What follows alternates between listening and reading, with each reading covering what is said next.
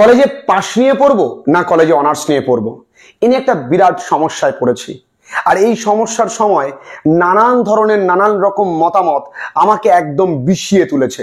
আমি একদম কনফিউজড, আমার কানটা জ্বলে গেল, কানটা খসে গেল, বুঝতে পারছি না।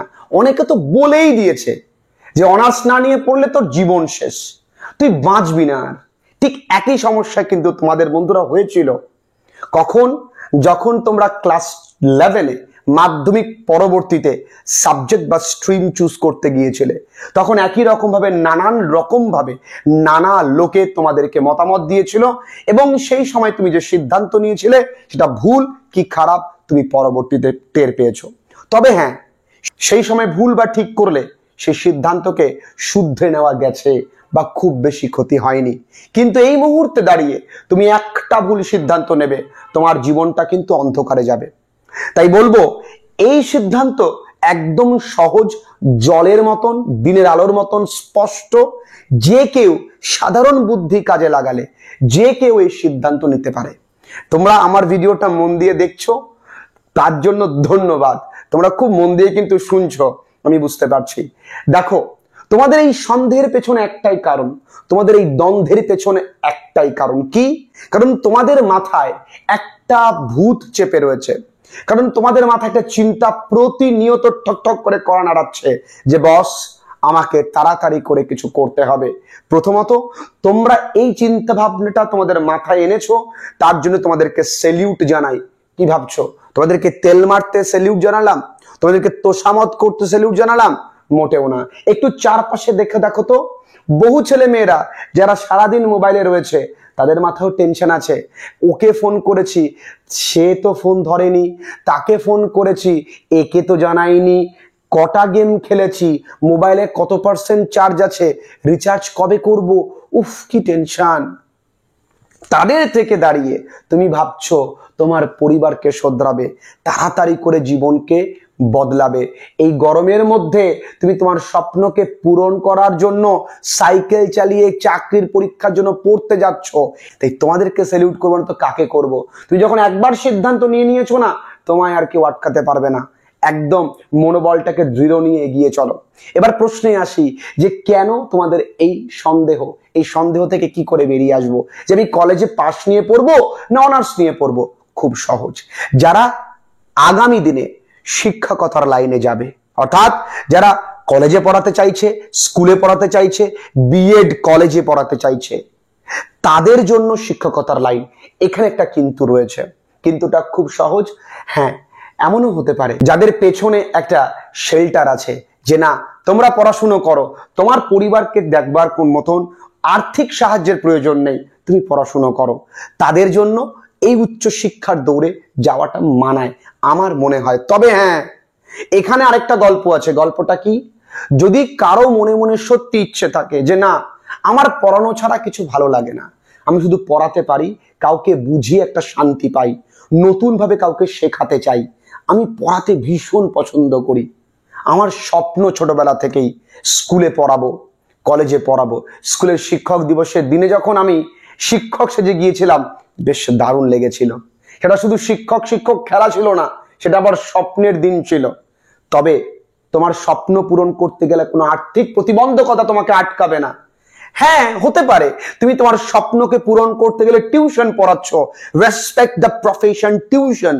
এই টিউশন প্রফেশনটাকে এখান থেকে রেসপেক্ট করো। আমরা রেসপেক্ট করি না বলে আমাদের সমাজ টিউশন মাস্টারমশাইদেরকে সেই সম্মানের চোখে দেখে না। কিন্তু প্রশ্ন করি, পৃথিবীতে সবাইকে এই টিউশন শিক্ষকের কাছে কিন্তু, এই টিউটরের কাছে কিন্তু একবার হলেও যেতে হয় যে আমার সন্তানটিকে পড়িয়ে দেবেন। আমিও একজন tuition teacher and I am proud to be that. তাই তোমাদেরকে, তুমি যদি মনে করো টিউশন পড়াবে, মনে করো যে মাঠে গিয়ে চাষ করবে, আইসক্রিম বিক্রি করবে, তুমি যা কাজ করার তোমার স্বপ্নকে পূরণ করবার জন্য প্রয়োজন তুমি সেই কাজ করবে। তবেই তো সফলতার মঞ্চে উঠে গিয়ে বলতে পারবে যে তুমি কোন পথ দিয়ে আজকে এইখানে এসছো। তোমার গল্প শুনে আরো হাজার লোক ইন্সপায়ার্ড হবে। তা না হলে মঞ্চ উঠে কি বলবে যে আমি সফলতা সিঁড়িটা অতি সহজেই উতরে ফেলেছি? না বন্ধুরা, সফলতার গল্প বলতে গেলে পরিশ্রমের ঘাম ঝরাতে হয়। তুমি ঘাম ঝরাতে পারবে। তাই যদি তোমার মনে প্যাশন থাকে, টিচিং প্রফেশন, তাতে কোনো প্রতিবন্ধকতা আসবে না। প্রতিবন্ধকতা আসলে সেটাকে মনের জোর দিয়ে ভেঙে দেব, আমি এগিয়ে যাব। তাই যাদের এই বিষয়টা প্যাশন রয়েছে তারা যাবে, আর যাদের প্যাশন নেই তারা কিন্তু, যারা চাইছে যে ঠিক আছে কেবল গ্র্যাজুয়েশন একটা ডিগ্রি থাকবে, আমি পাস কোর্সে পড়বো, আমি তার পাশাপাশি চাকরির জন্য খাটবো, আমার তাড়াতাড়ি চাকরি পাবার প্রয়োজন, তারা অবশ্যই এই পাস কোর্স আসবে। তবে অনেক অনেক ইউনিভার্সিটি কিন্তু পাস কোর্স প্রোভাইড করছে না। মেজর এবং মাইনর, অনেক অনেক ইউনিভার্সিটি কিন্তু মাইনরকে প্রোভাইড করছে না। তবে সেই ইউনিভার্সিটিতে ভর্তি হবে না, ডিস্টেন্সে ভর্তি হবে, ওপেনে ভর্তি হবে, যেখানে কম পড়াশুনো করতে হয়। বেসিকলি আমরা জানি তুমি ডিস্টেন্সে পড়তেই পারো, ওডিএল এ পড়তেই পারো, কোনো সমস্যা নেই। সেম ভ্যালু, তুমি ওই সময়টা, তুমি ওই এনার্জিটাকে চাকরির পরীক্ষার ক্ষেত্রে, তোমার তো দরকার সার্টিফিকেটটা, চাকরির পরীক্ষার ক্ষেত্রে লাগাও। এই গেল দুটো দিক। তবে যারা যারা আজকে তোমায় বলছে যে তুই অনার্স না নিলে তোমার জীবন শেষ, তাদেরকে প্রশ্ন করবে যে হ্যাঁ অনার্স নিলাম, অনার্স নেবার পর যদি 2024 অনার্স নিই, আমি অনার্স থেকে পাস আউট করবো 28 আমি পরীক্ষা দিলাম, 28 পরীক্ষা দেওয়ার পর রেজাল্ট বেরোলো, কবে বেরোলো? 2050-এ। 2050 রেজাল্ট পর 2052 রিক্রুটমেন্ট, ততদিন আমি বাঁচবো তো? তারপরে দেখলাম স্বর্গ থেকে খবর আসলো, পৃথিবী থেকে মেইল গেছে যে অত সালের প্যানেল ক্যান্সেল, তখন কি হবে? আমি কোখান থেকে এখানে আসবো হাজারা দিতে আন্দোলন করতে? বিষয়টা হাস্যকর হলেও এটাই বাস্তবে ঘটছে। তাই এমন সিদ্ধান্ত নেব, এমন ভাবে পড়াশুনো করব যেন শুধু উচ্চশিক্ষায় গিয়ে কি শুধু টিচিং লাইন, এছাড়া কিছু নেই। যদি সাবজেক্টে ভালোবাসা থাকে, ওই সাবজেক্টে আরো অনেক ভালো কিছু করা যায়। শুধু স্কুলে পড়ানো নয়, অনেক বড় বড় জায়গায় পড়ানো যায়। সেই সাবজেক্টের প্রতি এক্সপার্টাইজ হতে হবে, সেই সাবজেক্টটাকে ভালোবাসতে হবে, তবে অনার্স নিতে হবে।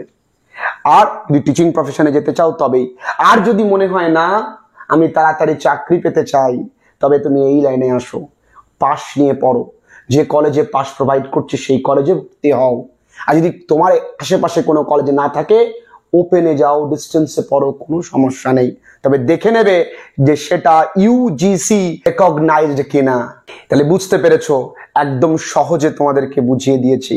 তবে বন্ধুরা, একটা জিনিস তোমাদেরকে জানাই, এই তথাকথিত পড়াশুনো ছাড়া, এই কলেজ, এই অনার্স ইত্যাদি ছাড়াও আধুনিক পৃথিবীতে এমন অনেক পড়াশুনো আছে, যেমন সাইবার সিকিউরিটি, যেমন কম্পিউটার অ্যাপ্লিকেশন, ডেটা সায়েন্স, এগুলো নিয়ে কিন্তু আমরা পড়াশুনো করতে পারি।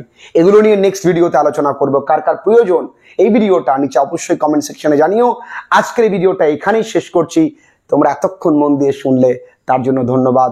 তোমরা যেভাবে তোমাদের প্রিয় চ্যানেলটিকে এত ভালোবাসা দিচ্ছ, তার জন্য তোমাদের সবাইকে আবারও ধন্যবাদ জানাই।